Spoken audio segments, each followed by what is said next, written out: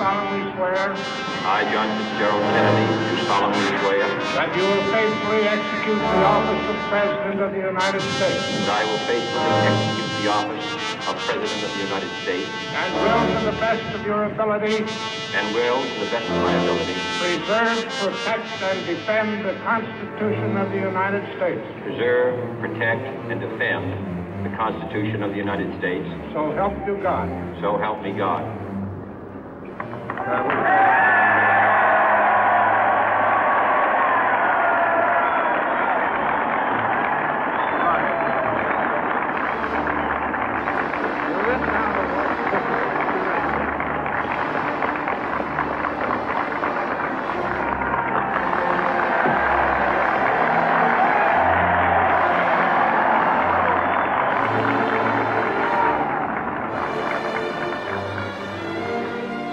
Vice President Johnson, Mr. Speaker, Mr. Chief Justice, President Eisenhower, Vice President Nixon, President Truman, Reverend clergy, fellow citizens.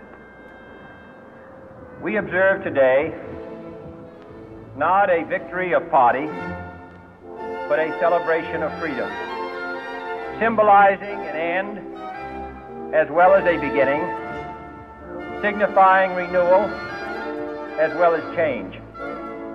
For I have sworn before you and Almighty God the same solemn oath our forebears prescribed nearly a century and 3/4 ago. The world is very different now, for man holds in his mortal hands the power to abolish all forms of human poverty and all forms of human life. And yet the same revolutionary beliefs for which our forebears fought are still at issue around the globe.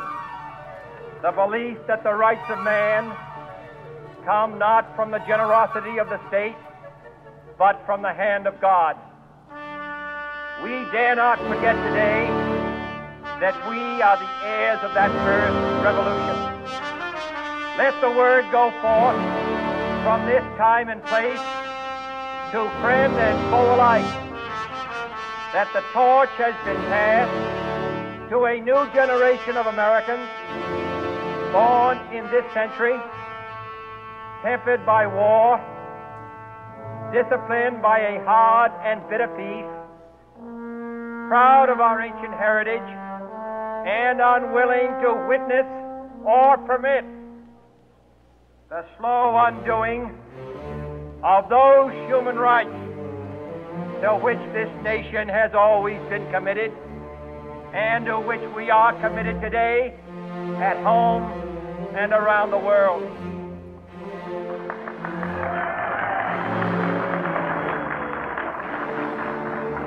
Let every nation know, whether it wishes us well or ill, that we shall pay any price, bear any burden, meet any hardship, support any friend, oppose any foe to assure the survival and the success of liberty.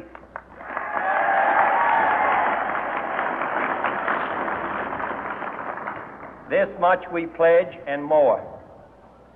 To those old allies whose cultural and spiritual origins we share, we pledge the loyalty of faithful friends. United, there is little we cannot do in a host of cooperative ventures.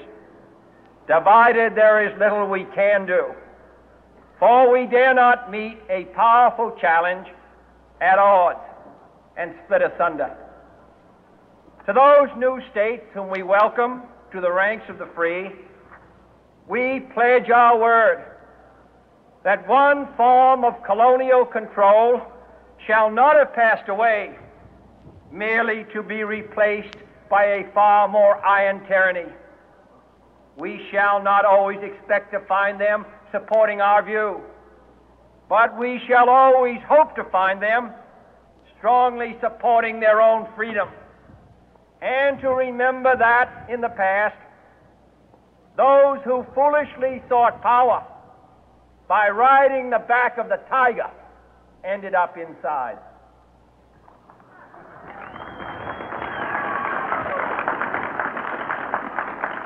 To those people in the huts and villages of half the globe struggling to break the bonds of mass misery, we pledge our best efforts to help them help themselves for whatever period is required, not because the communists may be doing it, not because we seek their votes, but because it is right. If a free society cannot help the many who are poor, it cannot save the few who are rich.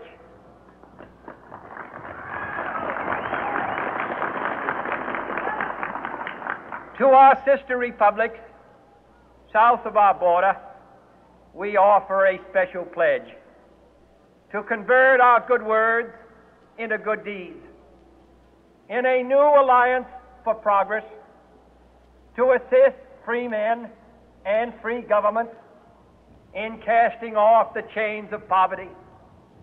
But this peaceful revolution of hope cannot become the prey of hostile powers.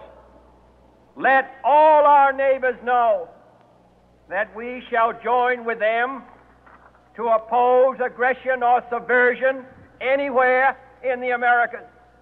And let every other power know that this hemisphere intends to remain the master of its own house.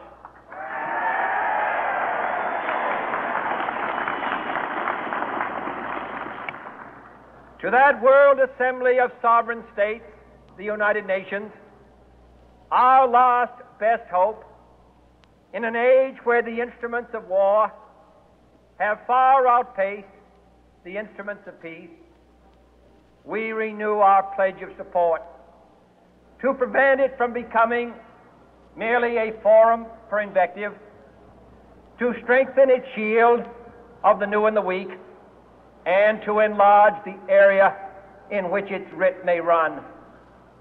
Finally, to those nations who would make themselves our adversary, we offer not a pledge, but a request that both sides begin anew the quest for peace.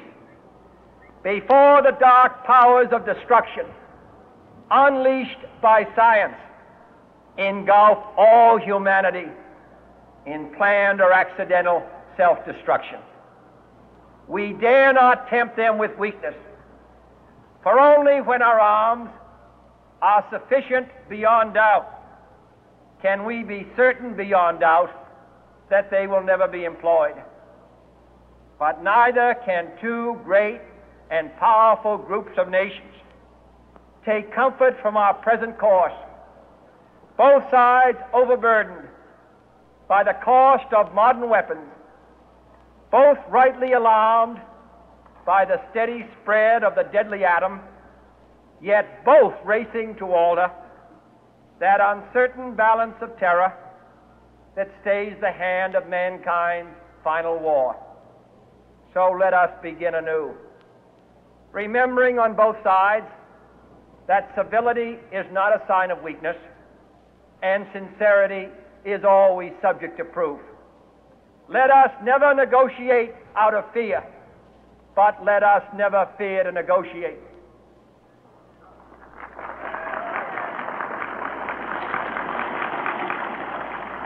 Let both sides explore what problems unite us, instead of belaboring those problems which divide us. Let both sides, for the first time, formulate serious and precise proposals for the inspection and control of arms, and bring the absolute power to destroy other nations under the absolute control of all nations.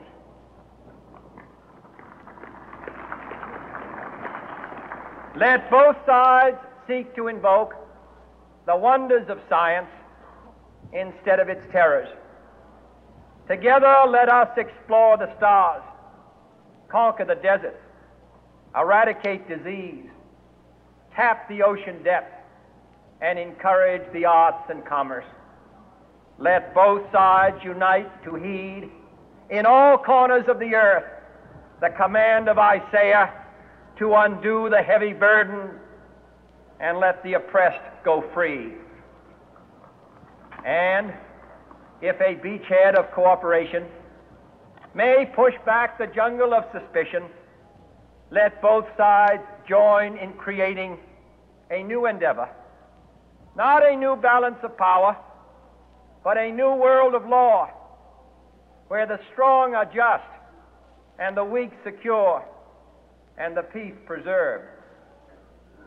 All this will not be finished in the first 100 days, nor will it be finished in the first 1,000 days, nor in the life of this administration, nor even perhaps in our lifetime on this planet. But let us begin.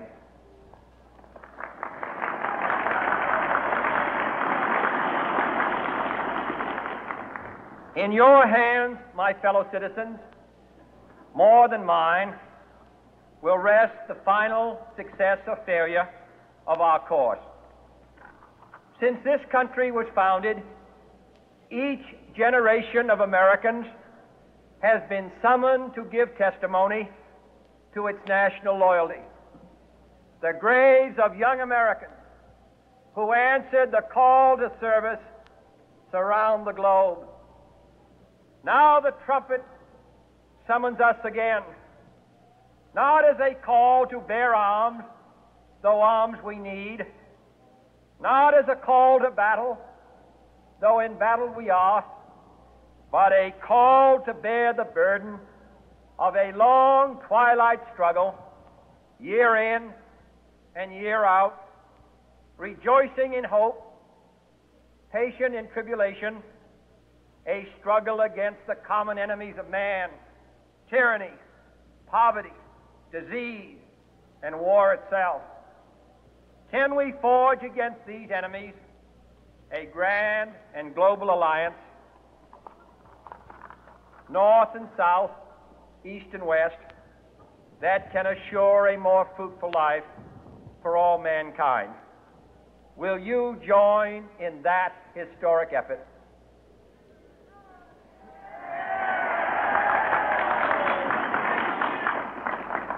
In the long history of the world, only a few generations have been granted the role of defending freedom in its hour of maximum danger. I do not shrink from this responsibility. I welcome it.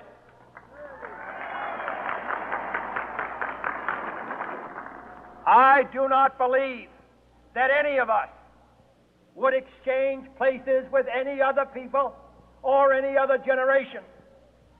The energy, the faith, the devotion which we bring to this endeavor will light our country and all who serve it. And the glow from that fire can truly light the world. And so, my fellow Americans, ask not what your country can do for you, ask what you can do for your country.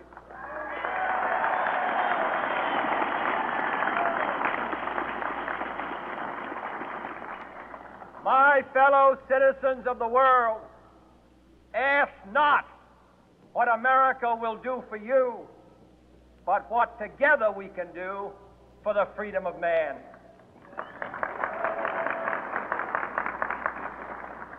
Finally, whether you are citizens of America or citizens of the world,